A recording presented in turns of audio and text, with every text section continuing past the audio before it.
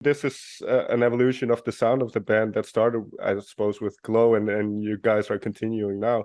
But did that make it easier to have that transition, or were you gonna do that anyway? I don't think we really think about it too much. We just kind of just try and stay true to ourselves and have fun doing it, you know, and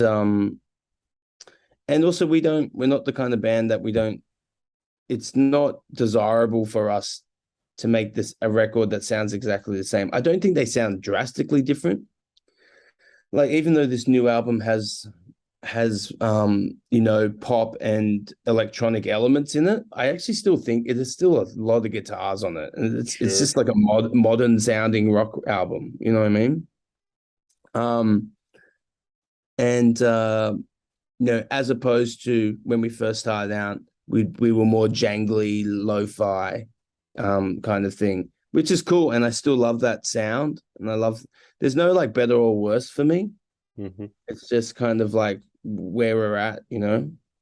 Yeah, and I think Tommy's vocals will always tie it together as DMA's as well. It's kind of, it doesn't matter what you do, it kind of feels like DMA's anyway. Our producer Stuart Price said that one time. He goes, all right, so, you know, you're experimenting. We've put a 909 on this track or something like that, or like, you know, 909 kick on this track, or like blah blah blah blah blah, and these, maybe you got a few more arpeggiators and stuff. But it's like, I think even if you guys bloody tried to, you couldn't not sound like DMAs, you know. It's really exciting, but then there's also a part of it that is terrifying, because, you know, we don't want to alienate our fans and the people who have been with you since the start. But I think if they're real fans, and I think they'll grow with you, and they will accept the fact that you're trying something different, and you're changing. And like I said, there's some songs like that which are drastically different, and but to be honest, it's still DMAs. Like, when you listen to it, it still feels like DMAs. It just feels like maybe a more modern version of it. But over this new album, like, I think people focus on the fact that we talk about that we were using synths and stuff more because we were just a jangly guitar band. That's all we used back in the day.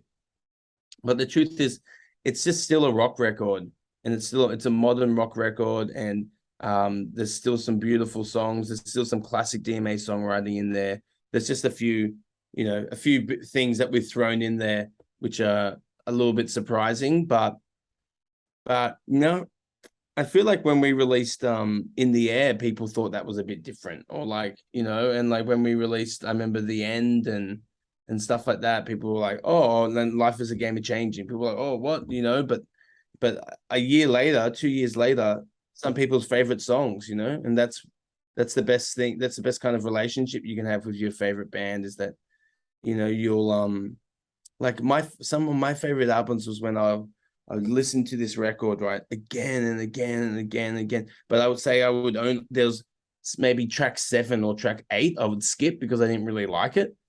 But then I've listened to the album so much that, like, I'm kind of bored of the songs that I've listened to. And so I go, oh, I might as well listen to those tracks that I used to skip.